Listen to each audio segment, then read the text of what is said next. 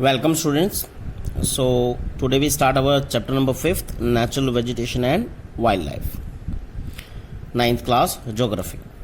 Let's see the chapter. Have you observed that type of trees, bushes, grasses, birds in the field and parks in all around your school? Are they similar and they are variation? क्या सारे same है या सब में variation है?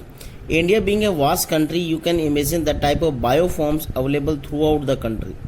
तो India बड़ा vast है, इवन इसका हम कहते हैं बेटा हमारे यहाँ बहुत ज़्यादा डाइवर्सिटी भी है, ठीक है. Land form, river, water, climate, weather, इन कंडीशन में बहुत बड़ा बदलाव है और इस वजह से भी इंडिया में काफ़ी डिफरेंट बायोफॉर्म्स आपको मिल जाएंगे. Our country India is one of the 12th mega biodiversity country of the world.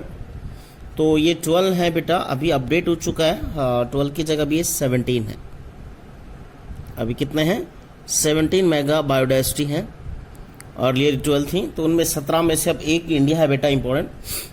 With about 47,000 plants species, India occupied 10th place in the world. और इतने स्पीसीज के साथ बेटा हम कहीं ना कहीं 10th प्लेस पे एग्जिस्ट करते हैं. And 4th in Asia, Asia में 4th, वर्ल्ड में 10th, ठीक है. And there are about 15,000 flowering plant in India which account 6% of the world.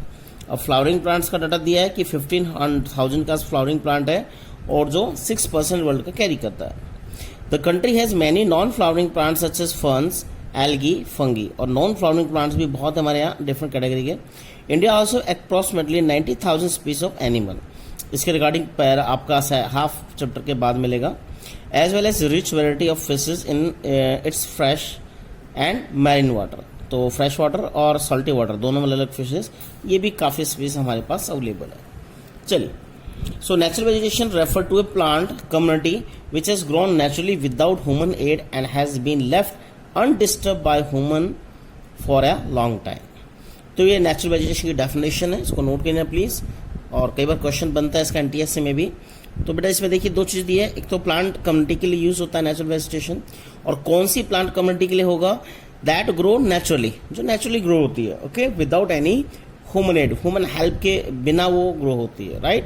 Has been left undisturbed by human for a long time. और human किसी तरह से उसको disturbance नहीं करता हो, सेफ्टी, सिक्योरिटी, वाटरिंग कुछ नहीं करता हो, ठीक है. उसी वेजिटेशन क्या बोलेंगे? Natural vegetation. This is term as virgin vegetation, और इसको वर्जिन वेजिटेशन भी बोलते हैं. वर्जिन वेजिटेशन का जो वर्ड है ये बेटा नॉर्थ रशिया से आया, वहाँ पे लोकली वर्जिन बोलते हैं वेजिटेशन को, कि वो उसमें बहुत एरिया ऐसा है नॉर्थ में जहाँ टेम्परेचर माइनस में होता है और वहाँ ह्यूमन का कोई इंटरफेरेंस नहीं है, तो वर्जिन वर्ड वहाँ से यूज है. तो नेचुरल वेजिटेशन को वर्जिन वेजिटेशन भी बोलते हैं, अनछुई, ओके. वर्जिन का मतलब है छुआ नहीं. Thus, cultivated crop and fruit orchard form part of vegetation but not natural vegetation. तो आपकी कल्टिवेटेड क्रॉप है, फ्रूट है, बाग है, जो भी चीज़ है जो ह्यूमन से कहने के इंटरफेयर है बेटा, वो नेचुरल वेजिटेशन का पार्ट नहीं है. देखिए यहाँ फिर ड्यूनो में एक और बॉक्स में दिया है, the virgin vegetation which are purely Indian are known as endemic. अब देखिए इंडिया में हम बात करते हैं, इनको दो कैटेगरी में डिवाइड किया है. एंडेमिक जो प्योरली इंडियन है, और indigenous species but those which have come from outside India are term as exotic. तो जो बाहर से आई है आउटसाइड इंडिया, बाहर से आई उनको एक्सोटिक प्लांट्स बोलते हैं, राइट. और इंडिया के हैं उनको एंडेमिक और या इंडिजिनियस अपने खुद के बोलते हैं, जो प्योरली इंडियंस है. तो दो हैं इसके, दो वन वर्ड कर लेना प्लीज, ठीक है. देखिए the term flora is use, या आप बायो में पढ़ चुके हैं बेटा, flora and fauna. The term flora use for denote plants a particular region of the period. Similarly, the species of animal referred as fauna. This huge diversity is flora and fauna kingdom is due to the following factor. अब इसके regarding factor पढ़ेंगे बेटा. Flora fauna जो है इनकी diversity अलग अलग जगह डिफरेंट क्यों मिलते हैं, तो उसके ऊपर कुछ फैक्टर वर्क करते हैं. सबसे पहले रिलीफ फैक्टर दिया है बेटा, और रिलीफ में हम बात करते हैं सबसे पहले है लैंड, ठीक है. रिलीफ में फर्स्ट फैक्टर क्या दिया है? Land. Land affect the natural vegetation directly and indirectly. Land सीधा अपना डायरेक्टली इनडायरेक्टली इफेक्ट करता है किसी भी वेजिटेशन को, वेजिटेशन के बिना हो नहीं सकती. Do you accept the same type of vegetation mountain, plateau and plain? क्या तीनों में एक टाइप की वेजिटेशन होगी? नहीं होगी बेटा, तीनों लैंड अलग अलग है, ठीक है. और इन ड्राई और wet region the nature of the land influence the type of vegetation. तो जैसी भी लैंड है बेटा, वो कहना है कि वेजिटेशन को डिफाइन करती है, वो कहाँ कैसी वेजिटेशन होगी. The fertile level is generally devoted to agriculture. जो बेस्ट फर्टाइल है, जो बहुत उपजाऊ लैंड है, वो अधिकतर उस पर हमने इसको एक्चुअल के अंडर लिया है। The undulating land and rough terrain are area where grass land. जो अनडुलेटिंग ऊंचा नीचा उबड़ खाबड़ है बेटा, रफ टेरेन है, वो हमने ग्रास लैंड के रख दिया है। इसके बाद and woodland develop and give shelter to the variety of wild life. और इसमें से कुछ एरिया को हमने फॉरेस्ट के लिए छोड़ दिया है, जहां पे डिफरेंट जो वाइल्ड लाइफ है उसके लिए वो शेल्टर का वर्क करता है। ठीक है, सेकेंड पॉइंट है बेटा that is soil. The soil also very over space, हर जगह बेटा सॉइल भी वेरी करती है, डिफरेंट होती है, राइट। देखिए different type of soil provide basis of different type of vegetation. हर एक सॉइल अलग अलग वेजिटेशन को कहीं ना कहीं इफेक्ट करती है बेटा। The sandy soil of the desert support cactus. जैसे सैंडी सॉइल है वहाँ कैक्टस ही ग्रो हो सकता है, थॉर्नी बुश हो सकती हैं। While wet marshal and deltaic soil support mangroves. तो डेल्टा जो एरिया जहाँ सॉल्टी और फ्रेश वाटर मिलता है बेटा, उन एरियाज में मैंग्रूव फॉरेस्ट्री ग्रो हो सकते हैं, deltaic vegetation. The hill slopes with some depth of soil have conical trees. जहाँ थोड़ी ही बहुत सॉइल होती है, ज़्यादा डेप्थ नहीं होती है, वहाँ कॉनिकल ट्रीज सर्वाइव कर सकते हैं। तो डिफरेंट सॉइल्स में डिफरेंट टाइप के आपको प्लांट्स मिलेंगे। तो इसमें प्लीज एग्जांपल कर लेना। हिली स्लॉप में क्या है, कॉनिकल ट्रीज, ठीक है। डेल्टाइक सॉइल में क्या है आपका, मैंग्रोव्स। और सैंडी सॉइल में आपका दिया है बेटा cactus and thorny bushes. Okay, चलिए नेक्स्ट चलते हैं। आप रिलीफ के बाद सेकंड टॉपिक दिया बेटा क्लाइमेट। और क्लाइमेट में कई सब पार्ट दिए, और क्लाइमेट भी कहीं ना कहीं लैंड सॉइल तो डायरेक्टली बेटा इससे कनेक्ट होते हैं वेजिटेशन से, और क्लाइमेट में जो पार्ट्स है वो कहीं ना कहीं इनडायरेक्टली बेटा किसी भी प्लांट की ग्रोथ को अवॉइड करते हैं। चलिए सबसे पहले टेम्परेचर।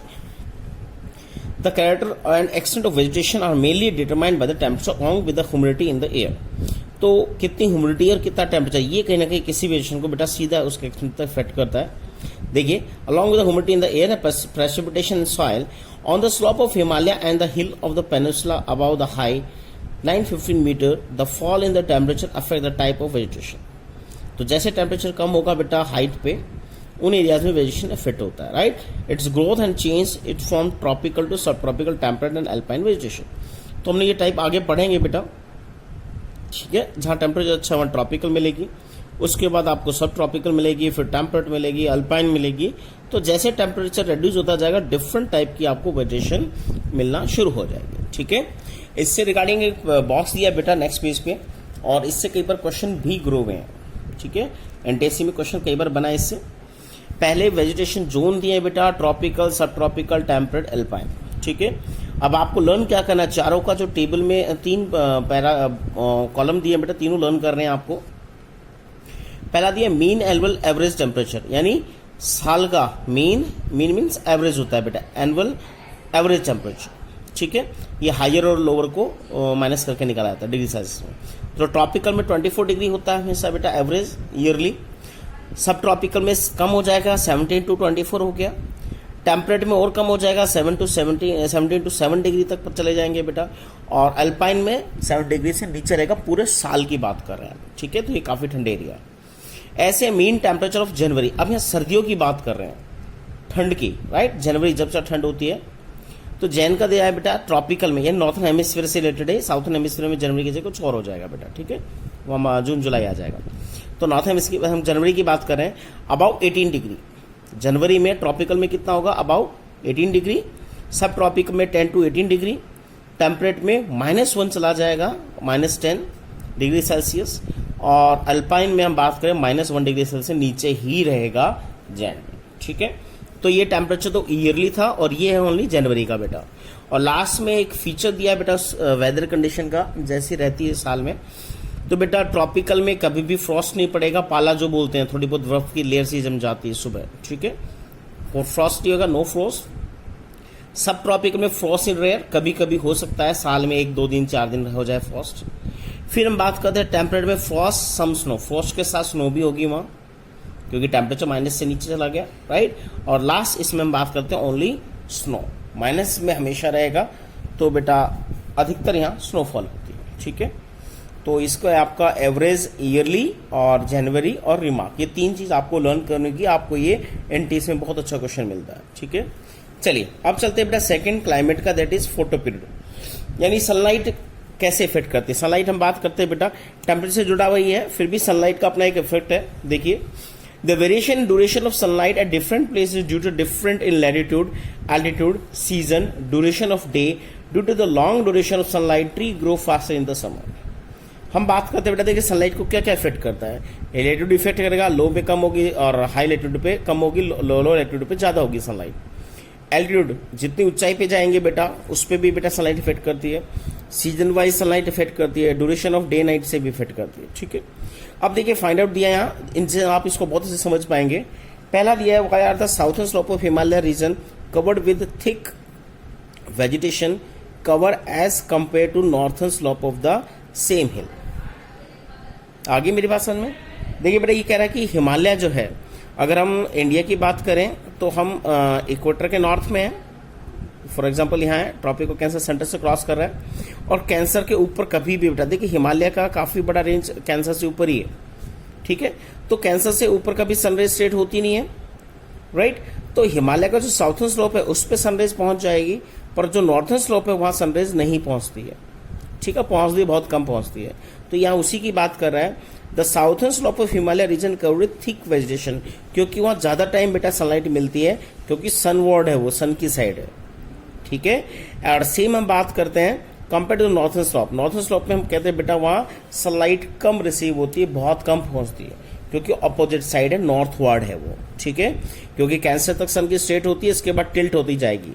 और टिल्ट रेस की बात कर रहा हूं, जितना टिल्ट होगा बेटा उतना ऑपोजिट साइड में, किसी भी ऊंचे माउंटेन में ऑपोजिट साइड में बेटा सनराइज रिसीव नहीं होती है. ठीक है, तो ये बेस्ट एग्जांपल है. चलिए नेक्स्ट चलते हैं. प्रेसिपिटेशन का बेटा ये सीधा इफेक्ट करता है किसी वेजिटेशन को. In India almost the entire rainfall is brought in the by advance south west monsoon. ये हम पहले भी पढ़ चुके बेटा, ज्यादातर बारिश हमारी साउथ वेस्ट मानसून से ही होती है, जून टू सितंबर. यहाँ टाइम दिया है June to September. And retreating north east monsoon, और थोड़ा बहुत रिटेड से वो तमिलनाडु में होती है बेटा. Area of heavy rainfall have more dense vegetation compare to other area of the less rainfall. जहाँ कम बारिश होती है, ज्यादा होती है वहाँ डेंस होंगे फॉरेस्ट, और जहाँ कम होती है वहाँ आपके बहुत कम फॉरेस्ट होंगे. ठीक है, डेंसिटी कम होगी उनकी. और फाइंड आउट में दिया, इसका भी उसी की तरह लॉजिक दिया बेटा. Why have the western slope of the western Ghat covered with the thick forest and not eastern slope. ठीक है, तो वेस्टर्न स्लोप ज्यादा थिक कवर क्यों है? तो बेटा फिर इसमें वही रीजन आता है, मानसून का ही आता है, जो आपने पीछे क्लाइमेट पे पढ़ा था, याद होगा. जो साउथ इंडिया की बात करें तो मानसून की दिशा क्या है आपकी? South western. और आती है बेटा ये आपका जो वेस्टर्न घाट है, इसके कौन से स्लोप पे बारिश करता है? Westward, right. और इसको हम बोलते हैं विंडवर्ड साइड.